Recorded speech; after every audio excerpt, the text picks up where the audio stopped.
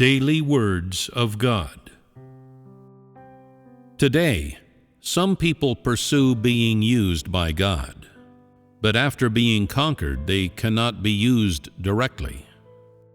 As for the words spoken today, if, when God uses people, you are still unable to accomplish them, then you have not been made perfect. In other words, the arrival of the end of the period when man is made perfect will determine whether man will be eliminated or used by God. Those who have been conquered are nothing more than examples of passiveness and negativity. They are specimens and models, but they are nothing more than a counterpoint. Only when man has life, his disposition has changed, and he has achieved changes inside and out, will he have been fully made complete. Today, which do you want? To be conquered or to be made perfect? Which do you wish to achieve? How many of the conditions for being made perfect have you fulfilled? Which have you not fulfilled?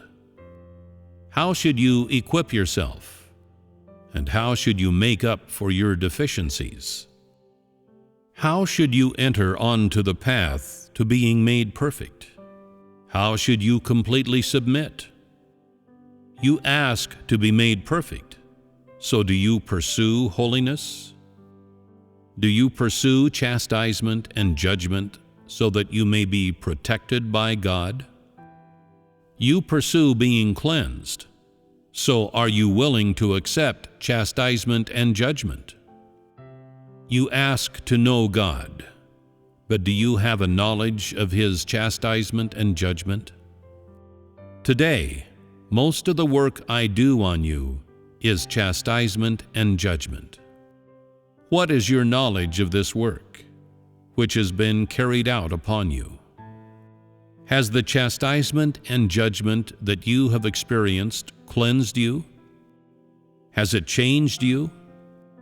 Has it had any effect on you? Are you weary of so much work of today? Curses, judgments, and disclosures? Or do you feel that they are of great benefit to you?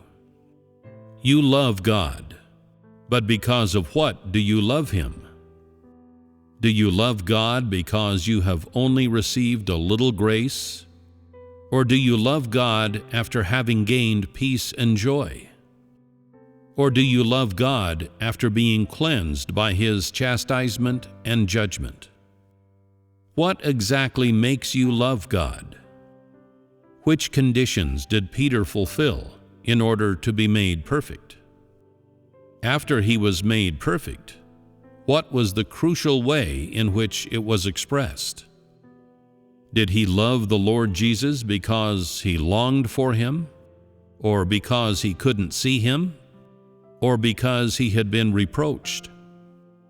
Or did he love the Lord Jesus even more because he had accepted the suffering of tribulations and had come to know his own filth and disobedience, and had come to know the holiness of the Lord? Did his love of God become purer because of God's chastisement and judgment, or because of something else? Which is it?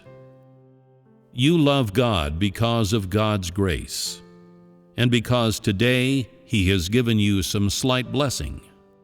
Is this true love? How should you love God? Should you accept His chastisement and judgment, and after beholding His righteous disposition, be able to truly love Him, such that you are utterly convinced and have a knowledge of Him? Like Peter, can you say that you cannot love God enough? Is what you pursue to be conquered after chastisement and judgment, or to be cleansed, protected and cared for after chastisement and judgment? Which of these do you pursue? Is your life a meaningful one, or is it pointless and without value? Do you want the flesh, or do you want the truth? Do you wish for judgment or comfort? Having experienced so much of God's work, and having beheld the holiness and righteousness of God, how should you pursue? How should you walk this path? How should you put your love of God into practice? Has God's chastisement and judgment achieved any effect in you? Whether or not you have a knowledge of God's chastisement and judgment depends on what you live out, and to what extent you love God. Your lips say you love God, yet what you live out is the old, corrupt disposition.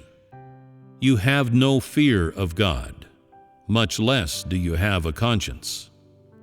Do such people love God? Are such people loyal to God? Are they those who accept God's chastisement and judgment? You say you love God and believe in Him, yet you do not let go of your conceptions. In your work, entry, the words you speak, and in your life, there is no manifestation of your love of God, and there is no reverence for God. Is this someone who has gained chastisement and judgment? Could someone such as this be Peter? Do those who are like Peter only have the knowledge, but not the living out? Today, what is the condition that requires man to live out a real life? Were Peter's prayers nothing more than words that came out of his mouth? Were they not the words from deep within his heart? Did Peter only pray and not put the truth into practice? For whose sake is your pursuit? How should you have yourself protected and cleansed during God's chastisement and judgment? Is God's chastisement and judgment of no benefit to man? Is all judgment punishment? Could it be that only peace and joy, only material blessings and momentary comfort are beneficial to the life of man? If man lives in a pleasant and comfortable environment without a life of judgment, could he be cleansed? If man wishes to change and be cleansed, how should he accept being made perfect? Which path should you choose today?